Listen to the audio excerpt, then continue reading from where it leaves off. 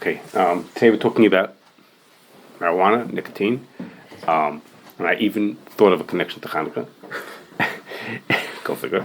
And that is, I'm going to start by telling you, before we get to the actual products themselves,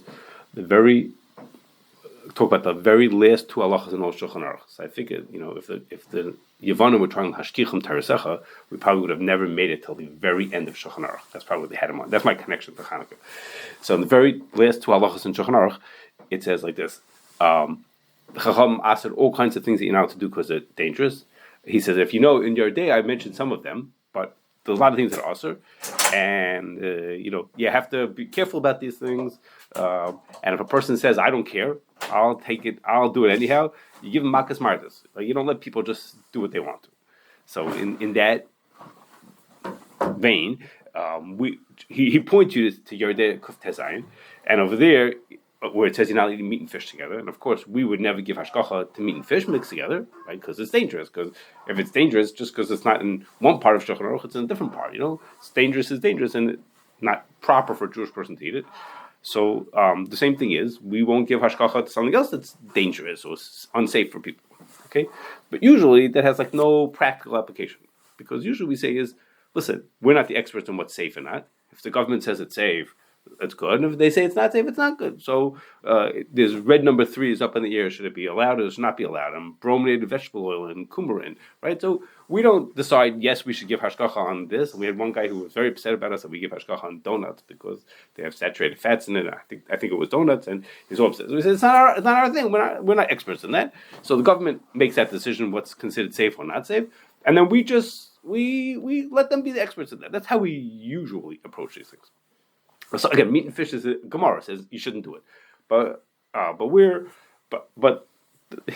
today we're going to talk about these two exceptions, and that is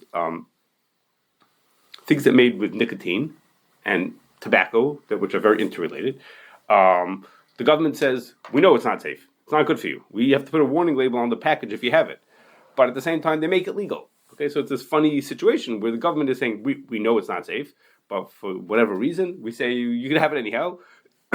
So in that case, the hashgachas have taken the position that since everybody knows that it's not safe, so therefore we wouldn't give hashgacha to it.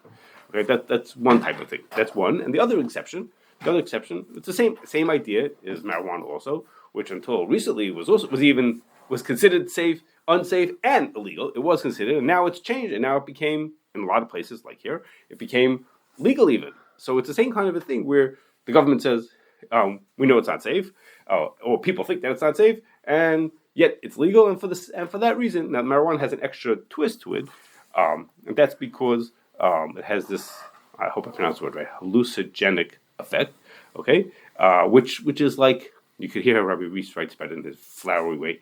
It's the opposite of being a Yarish Shemayim. It's someone to do something that takes you out of your ability to think straight and be clear, this and that. Similar to liquor. That's a really good question, which we're not going to talk about today. I can't tell you the answer, but we're not going to talk about that. I didn't ask it because I assumed you're for sure going to get to that. No, because I'm not talking about that. No, I'm not. Big killer. Liquor you could drink a mushroom. It's normal to drink a mushroom and retain your thing. Marijuana, the whole tachlis is to. That's a it's made to Dafka in the senses. No problem. That makes you happy. Okay, so whatever the answer is, it's a good question. No, it doesn't say you can have whiskey. It has wine, not whiskey. It's a concentrated. It's not the same thing. It's more concentrated. It's exactly your lumdus. Liquor is concentrated alcohol because it's lead you used so you can feel just the alcohol. It's not even a mashke, it's just alcohol. Okay, so that's just our introduction as to why we don't give hashgacha to all these kind of things and why we consider it inappropriate to give hashgacha to those things. So the rest I'm going to talk to you about is the more traditional kashrus issues that might be done.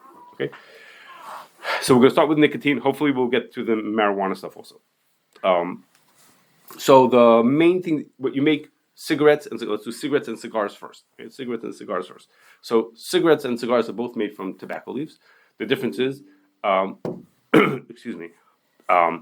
Cigarettes, aside that one's bigger than the other one, cigarettes are made up from ground up tobacco leaves and they're wrapped in a piece of paper, okay?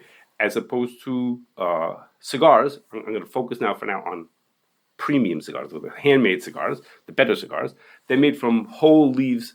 The whole leaves wrapped around each other. There's no paper and there's nothing else in it. It's just leaves. Tobacco. I'm going to explain to you in a second how they're made. And we're going to talk about machine-made cigars in a minute also. Now, since 2009, it's been illegal in the United States to flavor your cigarettes with anything other than menthol. And there are some other ingredients that people throw in there, but we don't consider them to be kosher sensitive. So from a traditional kashrus perspective, we don't see kashrus issues with regular cigarettes. Okay, that's from regular cigarettes. Cigars are a little bit more complicated. Okay, and the way you make cigars, I'm going to just explain to you. Now I'm a big expert in how to make cigars. There are 4 parts to a cigar. Okay, the inside is called filler leaves. They take these little leaves, smaller leaves, and they fold them and twist them and line them up in a certain way, and that's the bulk of the inside of your cigar. These filler leaves. Then you take a binder leaf. It's one bigger leaf that you wrap around all the filler leaves. You wrap it around it. I had videos. I wasn't sure I should show here or not, but you wrap it around the other ones, and it sort of holds them in place. Okay, so all these other leaves imagine you're just taking leaves and laying them out lengthwise next to each other, and however you do it, and then you wrap this binder leaf, which wraps around the other ones. Okay, now it only holds it together because you wrapped it together. So in some places, the next step goes to somebody else. You just put it into a mold just to hold it in place. Nothing. It'll just unwrap itself in a second. If not, okay. So you wrap it around with this binder leaf, and then around the binder leaf you put a wrapper leaf. Okay, the wrapper leaf is also one big leaf, but it's a very nice one. It looks good. It has has a good look to it, and it's the wrapper. It's what people are going to see on the outside, as opposed to the binder leaf. It doesn't have to be put together, just has to be big.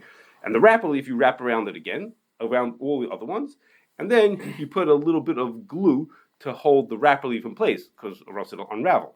Okay, so you put a piece of glue. We're going to talk about glue in a minute. Okay, you put a piece of glue to hold it in place. You put the glue because as you smoke, it's going to get shorter. What did you say? You put the glue across the whole thing. No, just at the tips, just at the ends. The thing is wrapped around. Smoking, it starts burning out. So maybe they put it on this end. I don't know which. It's a good question. I don't remember how they did that. But you watch them, guys make it. They just put a tiny bit at the tips. Okay, I'm not sure. That's a good question. And then the last piece that there is something called a cap, and that is the part of the cigar that goes in your mouth is called the head.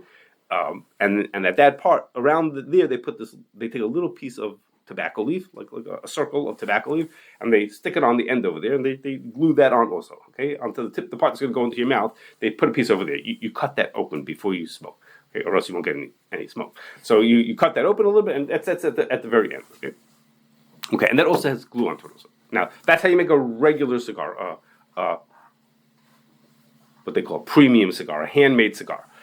Then there's machine-made cigars. Okay, those are not the fancy ones. And machine-made, these leaves don't work well in machine-made cigars. So they made up a thing called HTL. It's for homogenized tobacco leaf. And basically they make tobacco powder, and then they turn it into like sheets of paper. Okay, and that works wonderfully in machines that are good at rolling a chahin like that. Now, there's no rules about what you can flavor your cigars with. Okay, so there are flavored cigars, or they call them infused cigars, that have anything and everything put into them to make them have all kinds of taste to them.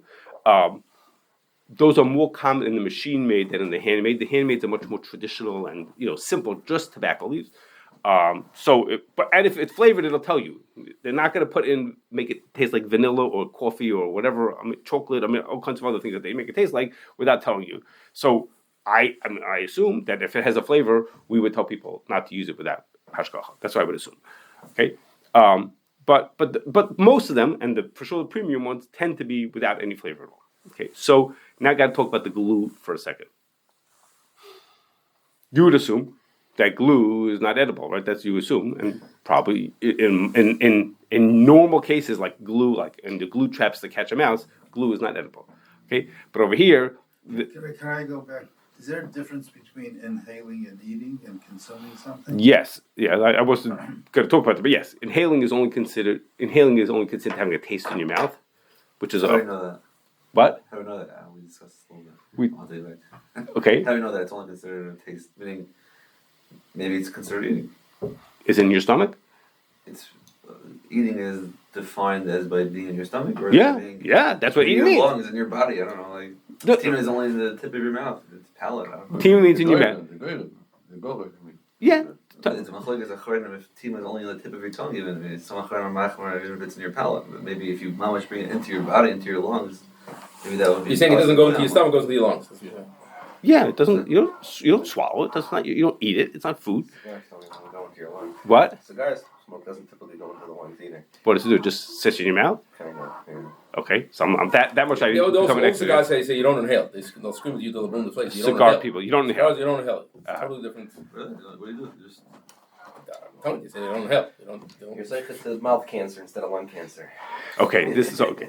So, but the in a cigar we have a little problem. The glue that they're making for a cigar has to not give taste to the thing. That's you don't want to ruin the taste of the guy putting it into his mouth, and he should taste again on the cap itself has glue on it. So you can't use regular Elmer's glue on this. Okay, you have to use something unusual, something different. So most of the glues that they use are in fact things that are edible. But two common things are pectin and gum arabic. Okay, both of those are edible things that just stick just a dab of it and it holds it in place. The most common, it seems, is something called I might pronounce this one bermacol, which is not a kashrus issue. It's made from cellulose. Okay, cellulose and water, and it's very bland. It has no taste to it, and has no kashrus issue. It's made from wood and fibers and things like that.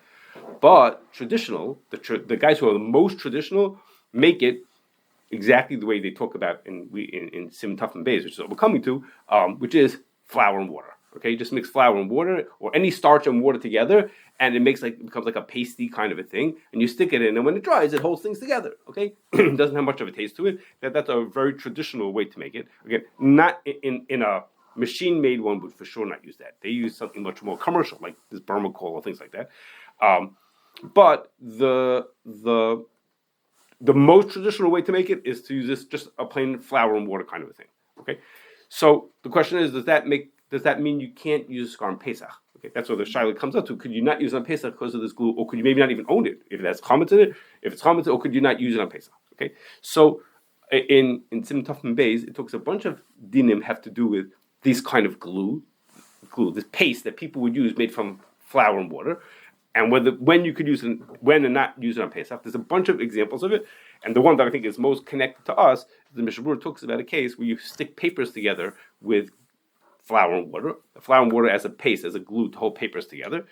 And so he says the part that's between the papers, don't worry about that. He says, but if something sticks out from the papers, he says if it's been there for 30 days, then it's already at that point it's not edible and you don't have to worry about it. Okay, that's what Mishnah Berurah says. Once it's been there for 30 days, you're okay.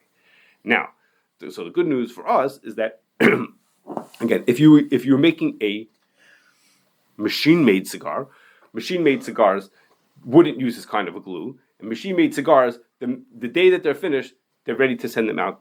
They could be sent out to the public. But in the premium, the handmade cigars are not like that at all. Okay. First of all, when you work with tobacco leaves, they moisten them before they roll them in order to help them roll better. So they need days or weeks just to dry out. But then besides, after that, they put them in something called the humidor, which is a room that has a special temperature and humidity control. And then it sits there for weeks or months or years. Okay, there's a machlokes whether after 10 years is it still going to get any better if it aged for more than 10 years in the humidor like that. That's like most people. But 10 years, okay, that's as much as it could get. But you're not going to get it within 30 days. The Mishnah Berurah says by 30 days, it's already any flour and water that's left over, there wouldn't be anything. You don't have to worry about it. So Mamela, the machine-made ones, those might get right away. But the handmade ones are for sure gonna sit there. You're not gonna get it within 30 days, so I don't think you have to worry about that. Okay, so you don't have to worry about the glue in them. And again, if they're not flavored, which again the premium ones usually wouldn't be, then I think it's okay to use them. Talking about even to eat it, or he's not talking about it because which nut wants to eat the glue, right? But there are cases where he talks about eating, like which is. But it's a little bit of a different case when it's this holding the staves of a barrel together and it's going to go into your wine, giving time into the wine. There he actually talks about 2 months. There's a question: why is there 2 months and here it's 1 month? And there also after 2 months, there's no problem. You can use it. Is it Nifso Mechilas Kelab? Bevadei kvar niskashu miisi v'damyin lepas shenesafish ad shenifso Mechilas Kelab. Okay, that's Mishnah Berurah. It will be actually Actually, because you don't want to eat it. Actually, it's only when you do it on purpose. Actually, it's only when you choose to eat something. When something happens by mistake, it can't be actually. Oh, this is you're consciously. No, you're not trying to get the chametz. The flour, the glue part of it is just functional. Okay, now, but it is negea. This thing that I'm telling you about the chametz is negea if, because there are hotels, well, people do this by themselves. Hotels that bring in cigar rollers as an activity for cholamoid. Okay, that's an activity. Okay, we ran out of regular things to do, so we bring in a cigar roller to do for cholamoid. Actually came up for real. Yeah. So if the cigar roller comes in on Pesach, the cigar that he makes you, which is not going to be aged and fit, but you think it's good because he just made it and you feel like so excited. It's really not the best cigar. The better cigars are that have been aged. But so that guy, you have to make sure that he doesn't come in with his flour and water glue to hold the thing together. And he uses one of these other things. And the same thing also, there's such a thing as, you wouldn't know this, but there's a wrapper repair glue. Okay, you could buy, if you have cigars and your wrappers start unwrapping, you could buy your own glue to fix it together. So if you use flour, you probably wouldn't buy wrapper repair glue that's made from flour and water. But if you do, then you have to be careful. Either get rid of it and also not make it within 30 days before Pesach. Right? Don't repair your wrappers within 30 days because, okay. So now some other things that are made with nicotine. So I'm not going to talk to you about, because we talked about it once before, and so I'm going to skip it because we don't have time. Why is it so much that the flavors are a problem? I mean, you're burning this thing up, So it's a good question because you're burning it. So I'll say two things about that. Okay, I'm not going to say the first thing. Okay, the fact that the flavor is meant for you to taste when you have the cigar makes me think that it's not being destroyed. Like, for example, some people, this is not so common, put flavor onto the wrapper. The wrapper is the very outside. Where it's not, the point is it's going in your mouth and you're tasting it before it gets burnt up. Before it's burnt up. Or it's not burnt, whatever. Or and even when it's on the inner leaves, I just wonder are you absorbing it before the fire gets to it? Once the fire gets to it, you finish. But the fire it's getting hot then. And it's making it, give it smell. I don't know. But I'm saying if they're putting the flavor in for something that's going to be burnt, well, somehow you're getting that to you. I'm not sure. Maybe is that reicha or is it zayah? Yeah, maybe you're getting the smell of the burnt. Right, I'm not sure. Okay, I'm not really sure. It's a fair question, But there's plenty of ones without flavor, so I don't. Okay. So I'm not going to talk to you about because we talked about before hookah and vaping. Those are made with also with tobacco. They're made. They always have glycerin in them and flavors. So the other shaila is more obvious. What the shaila to them is the reasons that we're not going to talk about, which we talked about, has to do with te'ima suffix iser and maybe the nifsa mechila. That's separate questions, not for today. Okay. Now the next thing is something that's become. It was always certain versions, but became more popular. It's called smokeless tobacco, and that is people who want to have tobacco without any kind of cigarette, cigar, or even hookah and vaping are through heat. Okay. And that is, so one type is chewing tobacco. The famous brand of that is called Skulls. I pronounce that right. That comes either loose, like the guy puts it in his mouth, like baseball players, you stick it in your mouth and you spit them out, or in pouches, which is just a neater way to do it. It comes in a little pouch and you stick it in your mouth and you absorb the taste, and then eventually you just take the pouch out. Okay, you don't have to spit it out; you just take it out. Okay. The main thing that's in there is it's just a pouch, like a. That you could, that liquid can get through, filled with tobacco, with ground up tobacco, and some other ingredients that don't seem very sensitive except for the flavor. Okay, they always have a flavor in them. So if it's just if it's that kind of a pouch or chewing tobacco, we would say it needs hashgacha, which you can't get, of course, because nobody was certified. But it because of the flavor of it. The other ingredients that I looked at a bunch of them to look at the ingredients that are in them. The other ingredients look very innocuous. Again, basically they're giving you tobacco. There's no other chachma to this, but they throw in a flavor, so that's something to be sensitive about. They wouldn't serve that either because there's nicotine. And it's because for the same reasons. Yeah, it causes different types of cancer. Right, it's mouth cancer. So you have to. It has the same warnings on it, or similar warnings. Okay. Okay, now the most recent of these type of things is called nicotine pouches. Okay, and the famous brand of that is called Zin. Okay, which is like if you want to say sin and you can't pronounce it, so you say Zin. Okay, anyhow, but this Zin, and they have no tobacco in them. Okay, they're tobacco free, and so then part of what's going on is that they're not regulated by the government because they're not smokeless tobacco because there's no tobacco in them. Okay, they're not smoking, and they're not smokeless tobacco. That's why they're sort of in this in between place. And that is they're just pouches that have nicotine in them. And the idea is that they're trying to convince you, say, take this if you want to stop smoking, you could get the nicotine without getting all the other parts of the smoking.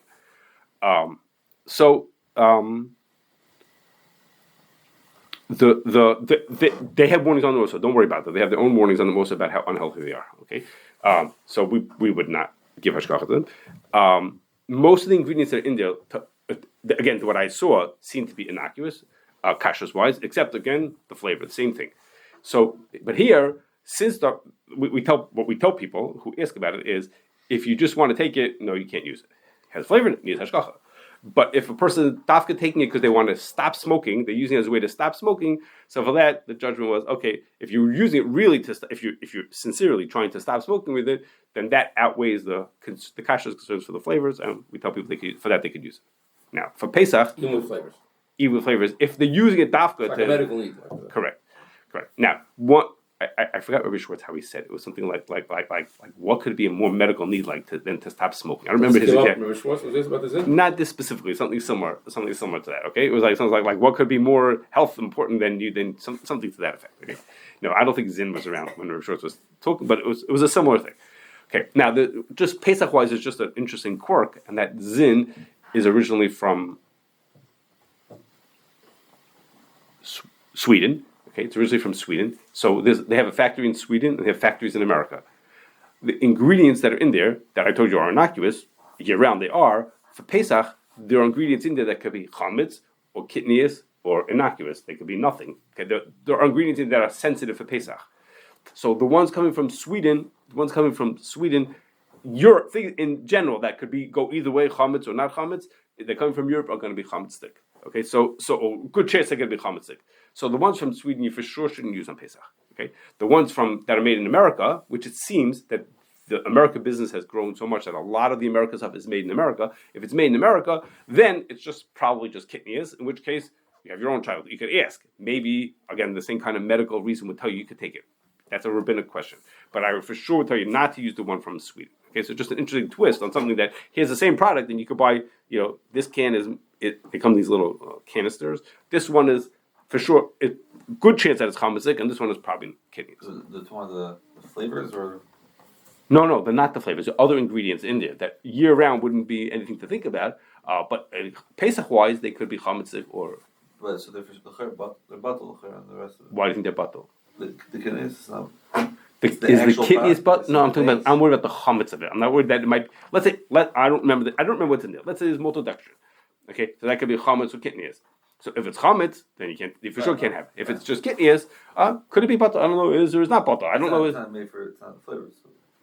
But I don't know if it is or isn't butter. It might not be butter. I don't know. Oh, butter baroiv. Maybe it is. I don't know. I don't remember. You have to think about it whether it's butter baroiv or not. I think what's the function? What's it doing there? Right. All you want is this 3 milligrams or 6 milligrams of nicotine. Everything else is stuff. Because you can't put 3 milligrams into your mouth. So it might not be butter. I don't remember. I have to look at the ingredients to see what it says so we can try to creep into it and figure out, is this butter baroiv? I don't know. Okay. Let's move. Are there any unflavored ones? No. No? Not that I shouldn't say it. Not that I'm aware of. Okay.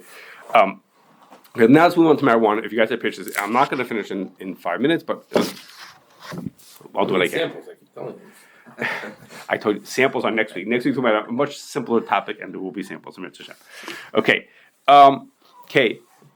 Marijuana and hemp grow from the same kind of a plant. It's called, in English we call it cannabis, and Mishnayos it's called, well, when we read it in Mishnayos, we think it said canvas, but it really says cannabis. Kuf nun vez vav samach. Okay, it's the same word in English. Okay, cannabis. Okay, it's the same word. So the government is very on top of it, and there's lots of regulations about it. So in particular for the marijuana versions of it that are high in THC. I'm not going to try to pronounce it. Tetrahydrocannabinol, whatever, which is the psychoactive part of this plant, and they are. First thing is, so they're grown typically indoors. Okay, they can't be out in the open. Okay, they got to be grown indoors where you can control who can get in there and how much can get in there, and everything can be very tightly controlled. It's not legal on a federal level. No one can transport it state across state lines. Yes. Which means every state has to grow it locally. Mhm. The local climates are not appropriate. That's also why it's grown indoors. That's one of the reasons. That's one of the reasons. But it's also because of government control, and that came up to us, which is, in order to walk into the plant, you have to give them 24 hours notice. Okay, you can't just walk into the factory. Okay, you have to give them 24 hours notice. So the first time we went to give hashgacha in one of these places, it's like, what do you mean 24 hours notice? Well, how am I going to be the mashgiach? How can I come in unannounced when I have to give you 24 hours notice? Okay, that was one thing that struck us when we came to one of these places. And there were two ways to get around this. Two ways to avoid that problem, just hashgacha wise. One is to get the person who's the mashgiach be recognized as an official employee of the place. Okay, if he's an official employee, well, the employees don't have to check in 24 hours before they come every day. It's silly. They come every day. So I'm just the guy who comes in once in a while. So one way was to get an official, I'm approved as an employee. And the other was that the one who has to approve you is a government. It's a government agency has to approve you. So to talk directly to them, which is what we ended up doing, we say we're going to talk to the people, the government people who have to approve you to come in. The plant doesn't have to know you're coming in. The government agency who has to approve whoever walks in. So I became an approved person who's allowed to walk into the plant. I was cleared to walk into the plant, and then I had to tell them each time, but I tell them, not tell them. Okay, it's different kind of people to tell. Okay, so once you grow the plants, Where was it? we gave hashgacha for a time here in Illinois and once in Maryland. We gave in two different places that I remember. We get other places that dealt with other stuff, but the actual growers was two places. So the first you take the flowers. It's Okay, so and we gave a shkacha to this because, right? Medical. I'm coming because it was medical. Did I forgot to say that? I'm sorry. I meant to say way back at the beginning. I missed that on my paper. Yes, we would certify medical marijuana. Actually, at the time when we certified, I think both of them in both states, it was only legal for medical. At that time, it wasn't even legal for recreational marijuana. Since then, it's become legal. So then that became a little fuzzier. How do we give hashgacha for something that could go both ways? The same thing could go both ways. So the decision was that we would if we gave her something like that, we would say we would somehow put on the package or on the letter that it was certified only for medical use. You know, what people did with it, we couldn't stop them, but something like that. You know, kosher for medical use. So that's what's happening? No, right now we're not certifying anything. Okay. We are not certifying it anymore. We did certify When we did certify it. when we certified it. It was only legal for medical use. CRC for medical purposes. Is that what it is? No, it didn't make a difference. It was only legal for medical purposes. It wasn't legal for recreational. We didn't have to say that because it was built into the system. Again, what people did, we couldn't stop. But Right. it was legally, it was only for medical purposes, so we were safe. But we thought about it and said, what would happen tomorrow when it becomes permitted for recreational? And they came up with this idea that we would somehow mark it that it's only for medical use. Okay, so if they dry out the flowers, they have to. You need to. If you eat those flowers, it smells really good in the plant. Okay, but that's not at all going to help you. You're not going to make you feel any better by smelling the plants. Okay, it smells really good, but it has nothing to do, because what grows in the plant is called THCA. Okay, I'm not going to bore you with the pictures or the chemical part of it, but it's in the acid form. Okay, and in order to make it to regular THC, you need to heat it up. Okay, it has to get over 240 degrees Fahrenheit. Okay, you need to heat it up in order to get to that. So one way to heat it up, is to smoke it. Okay, if you smoke weed, if you smoke the marijuana plant, you smoke it. That heats up the THCA, turns it to THC, and that's the psychoactive one that helps you feel differently.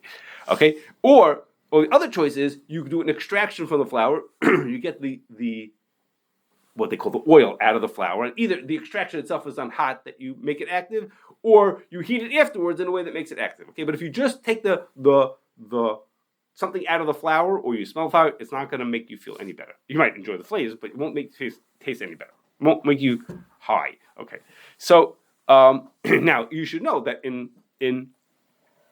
one place for sure, I don't remember the second place, the extraction was being done with alcohol. It happens to be that in one of the places we gave hashgacha to, the extraction until we got there they were doing it with wine alcohol. Okay, I don't know why they were doing it with wine alcohol, but that's what they were doing it with. I mean, so talk about Kashrus sensitive, it was very clearly that it was sensitive. But then the next thing is that it's not common for people to buy just the plain, what they call the oil itself. Okay, just the THC oil itself. Usually it's blended with MCT, with glycerin, or baked into, in one of the places, baked into edible items and this and that. So it needs hashgacha for all kinds of these other. Aside from the extraction itself, that would need hashgacha. What you don't buy it usually pure. Okay, you can buy leaves pure, but to buy the other stuff, it's usually mixed with other things that need hashgacha because of that. Okay, now, so then another question we looked at was, what about bugs? Okay, what about the bugs in these things? It's a plant growing like any other plant. Okay, what about bugs in these things? And the drying that happens to it was nothing that would make a difference for bugs. The drying was they put it into a warm room, a nice warm room. They left it there for a week, and the flowers dried out. Okay, but it wasn't negated to us bug-wise. We realized afterwards it's not negated to us because, as I told you, you have to do something. You have to heat it up. So the simple way to heat it up is to smoke it. Okay, well, if you're going to smoke it, then obviously you're going to burn up the bug. You're not eating the bugs that are in there. And if you do an extraction, then heat the oil, again, there's not going to be bugs in there. So that was good for Jews. We decided that we didn't have to worry about bugs. Potentially there were bugs there. It happens to be there were very interesting shilas about bugs that are in there because they grow indoors.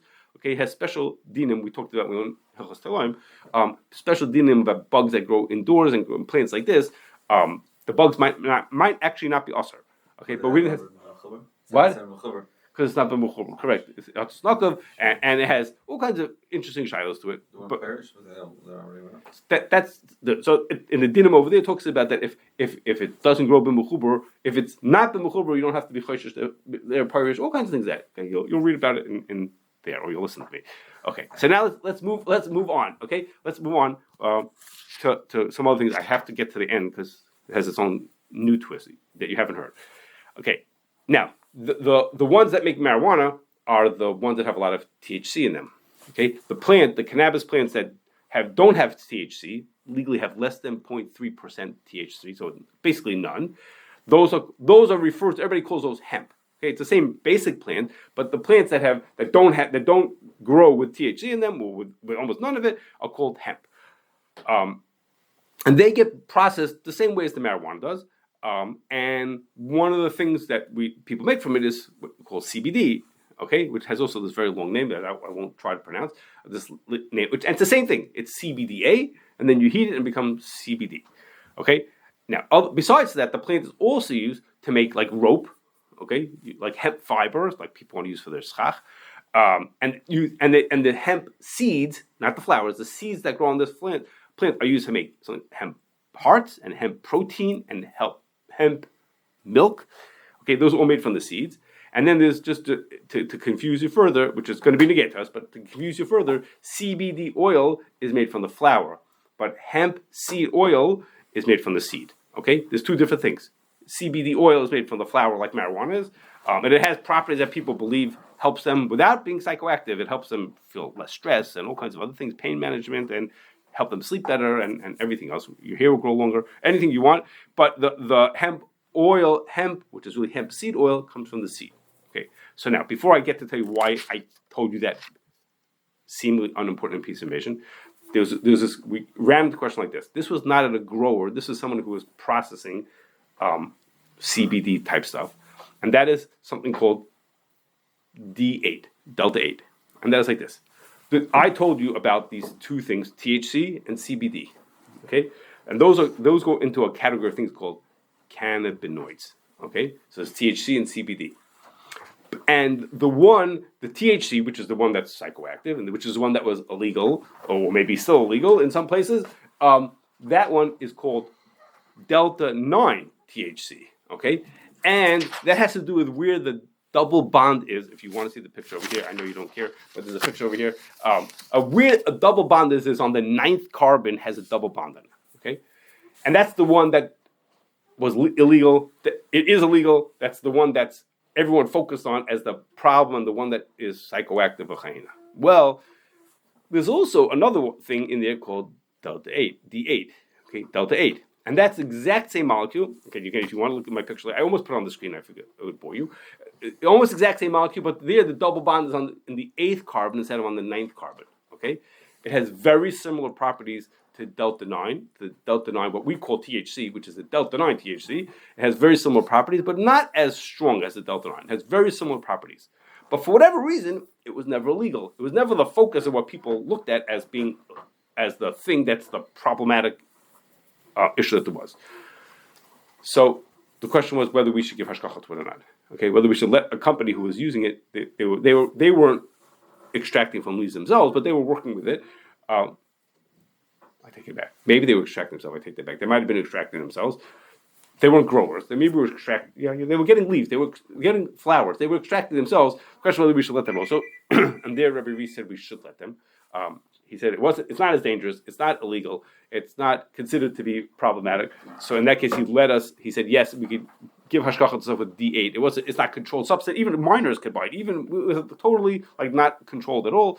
So there he said we could do it. This is like an in between the CBD and the D9, the regular THC, and he said we could do it. Okay, now my last thing to tell you is like this. There's a minhag that we don't eat kitnias on Pesach, right? We all know that we don't eat kitnias on Pesach. There's a big to do in Achronim how to define which things are considered kitnias. Okay, what is that term kitnias? What does it include? Okay, so the simplest understanding of what it includes is that the term kitnias has a very, very specific definition in Hilchos Klayim. Okay, in Hilchos Klayim it tells you very specifically what kitnias is. Okay, it's something where you eat the seed without the flesh around it. Okay, like when you eat a cucumber, you eat the seeds in the middle and you eat the flesh around it also. But when you eat a bean, you're only eating the seed. You're not eating what else that grows around it. Okay, it's a very, very specific definition in Hilchos Klayim for whatever nafkamina it has over there. So some hold that kitnias includes things that are kitnias for Hilchos Klayim. It has a real meaning. Open the Rambam. It's in, I forgot which parak it's in Hilchos Klayim, parak Aleph Halacha Ches. It tells you this is what Klayim means. It's in Mishnayos. This is what a kitnias is. So when Rishonim or early Achronim said you don't eat kitnias, they knew what they were talking about. Okay, it's like I was saying, don't eat cookies. We know when we said the word cookie, we know what we mean by that. Okay? Would the name for that be legumes? Or? So no. So in the Mordechai, when he says it, he says and also legum lamed yud vav. But no, legumes and kitnias are not necessarily the same thing. Like rice is not a legume. Okay, but kitnias has a very, very specific. But rice is a kitnias. It's just not a legume. Okay. So that's one side, and the other Achronim say that it includes also mil de midgin, okay, and that's because there's a Gemara in the Dharm says that if a person says I won't eat dagan means grains. It really means even wheat more specifically, but it means grains. If he says I won't eat dagan, he also he can't eat kitnias either because kitnias are mil de midgin. They are processed. It has to do with piling up at a certain stage of processing. Their process similar to a dagan is. So in Lashon B'nai Adam, when they say I won't eat dagan, they also mean anything that's midgin. Okay, midgin and dagan is the same word. Okay, anything that's midgin, I won't eat that. Also, so you're not allowed to eat kitnias either. What does that mean, midgin? So it's a technical. Gather. No, it means is that Selected, no? it means okay. Technically, what it means is that after you get rid of the parts that you don't want to eat. You get rid of certain parts that you don't want to eat. You then pile it up when you're ready to sell it or to store it. Okay, to dagin, means to pile it up, but it doesn't mean to pile it up. You can pile anything. You can pile potatoes also, but you do processing to get it ready, and the piling up is when it's at a certain stage of processing. Okay, when you pile up your potatoes, is because you got to put them someplace. So you just put them into a pile. Okay, but when you pile up your wheat, you don't pile up the wheat when it comes off the stalk. You process it a certain amount first, and then you pile up. You say, okay, now we're ready to move on to the next stage. Okay. So this is a shaila. Okay, what kitnias includes? Okay, there's several nafkaminas between these two, but overall, Rabbanim and Eretz Yisrael tend to be machmir and follow the stricter version, the midgun, to include more things into kitnias, and a lot of American Rabbanim take the simpler understanding that kitnias only means the things that are in Hilchos Klayim are considered kitnias. What do you say? Cotton seed. Cotton seed is part of the shayla about cotton seed is about that. Cotton seed has other stuff to it also, but one of the shaylas about cotton seed has to do with that. Yes, in Eretz Yisrael they don't let it, but we have there's other parts of it. We talked about cotton seed. I'm sure you remember that a bunch of years ago before Pesach. We spoke cotton seed. So one of the shaylas about cotton seed has to do with this. Okay, so it happens to be now. But one of the nafkaminas is one group of nafkaminas is flaxseed oil, also known as linseed oil, same thing, flaxseed oil, and hemp seed oil. Okay, because both of those are not kitnias Indian klayim, but they are kitnias as being mil de midgin. Okay, so just for some names before we move on to the real to do for us is that Rabbi Haim holds that they're both mutter. Okay, Rebelsky liked the mil de midgin b'shat, and he held they were both aser. Okay, and the CRC. No, it's not. No, kinua is a different thing. Different child. Kinua is kitnius. It is kitnius hilchas klayim. It hilchas klayim. So kitnius, but we're not kitnius for a different reason. We're not kitnius because it's a new grain. Okay, it's a different reason. Yeah, a different reason. No, that's not for today. Okay, just let me just. But like, the serious seed I found with help from Pyramid and others. Copies of the Serious Pesach Guide from 1998 to 2005. Okay, and in them, flaxseed and hemp, neither of them was listed. Okay, so we're safe. Okay, nothing was said. Didn't say anything about any of those things. In the 2006 Pesach Guide, flaxseed was kitnius. Okay, I couldn't find 2007 and 2008, but in 2009, from 2009 and on, flaxseed has not been kitnius. Okay, which is good. That's a reasonable position. Flaxseed is not kitnius because, like again, I think most Americans will take this simpler understanding, the Momeko understanding that only means kitnius for Chaim, and it's not kitnius. Everybody be happy, and it still says it in the Pesach Guide from 2009 on. It hasn't been kitnius. Okay, well, starting in 2013. Hemp. It says that it's not kitnius, or it just doesn't say anything. It says it's permitted. You could use it in Pesach. Maybe it says you need hashgacha, but it doesn't list it as something that would be problematic. But starting in 2013, it says that hemp oil is kitnius. Okay, so from 2013 to 2024, so last year, it said that it is kitnius. So we brought this to Rabbi Reese's attention. So what's going on here? It can't be both. Okay, if flaxseed, in this regard, flaxseed and hemp seed oil are the same. Either they're both mutter or they're both usher. But we can't one be mutter and the other one usher. It can't be. Okay, you can't. It's the guy who made it get into the Pesach Guide. So Rabbi Reese wanted to know who put it in like that. He wanted to know that. Talk one of his questions. We have no idea. So no. How did it happen? So Rabbi Reese has his own ideas of how it happened. Okay, whatever happened. So Rabbi Reese said like this. So this is going on right now. I mean, right now in the versions of the Pesach Guide ready for this coming year, it's still in there with this thing. It hasn't been settled yet. Hopefully on Monday. So Rabbi said like this. He said, keep flaxseed oil as being okay. Keep that in the way it is okay. And for this year, just take out the hemp oil. Don't write anything. Just take it out. Just don't say anything. And if people call us and ask us about it, we should tell them there are people who are machmir, but there's good basis of being make, especially if you use flaxseed oil and linseed oil, which people do. Okay, he says, and then after Pesach, we'll see how it went, and then we'll decide what to do from there on. He says, we have more precedent for the flaxseed oil and anyhow in general to be make about it. So we were on good for that. We have planned. We have it's not yet fixed, but it will be. Yeah, who uses these things? Who uses? Everybody. And I should say all kinds of people. You know, they don't use it for cooking. No. Flaxseed oil they use for cooking, but hemp seed oil they don't use for cooking. I don't know. I don't do it now. What's the standard position of like most agencies of flaxseed oil? I just told you two. I told you two people. It says Starcase says one thing, OU says one thing, and we say both. And we say both. You can have it both. You can put that. I told you the OU says they say that they don't let it. Now I have to just throw in one thing before you walk away, and that is a long time ago. Rabbi Schwartz told us it says the minig of kitnius only applies to seeds and grains of whatever foods it includes the seeds and grain type of thing, but the leaves and the all the parts of the plant are not included. Okay, it was again then to different kinds of sprouts. Okay, so maybe it was for bean sprouts. I don't remember some kind of sprouts. He says so marijuana and CBD. Even if you think that hemp is kitnius, that's only hemp seeds. So hemp milk and hemp hearts and hemp seed oil and hemp protein, all those things are what it is. But CBD and the marijuana are not made from the seed; they're made from the flower. Okay, so even though this is called CBD oil and hemp seed oil, they're not the same thing. These are made from the flower. The flower is for sure not kitnius. Okay, so in case you're worried about your marijuana for Pesach, you're good. I mean, you mean hashgacha, but you're good for that side. Everyone will agree that you're allowed to take that for Pesach. Just the hemp seed oil is a very specific thing, and that's for this year. Don't ask and don't tell. But.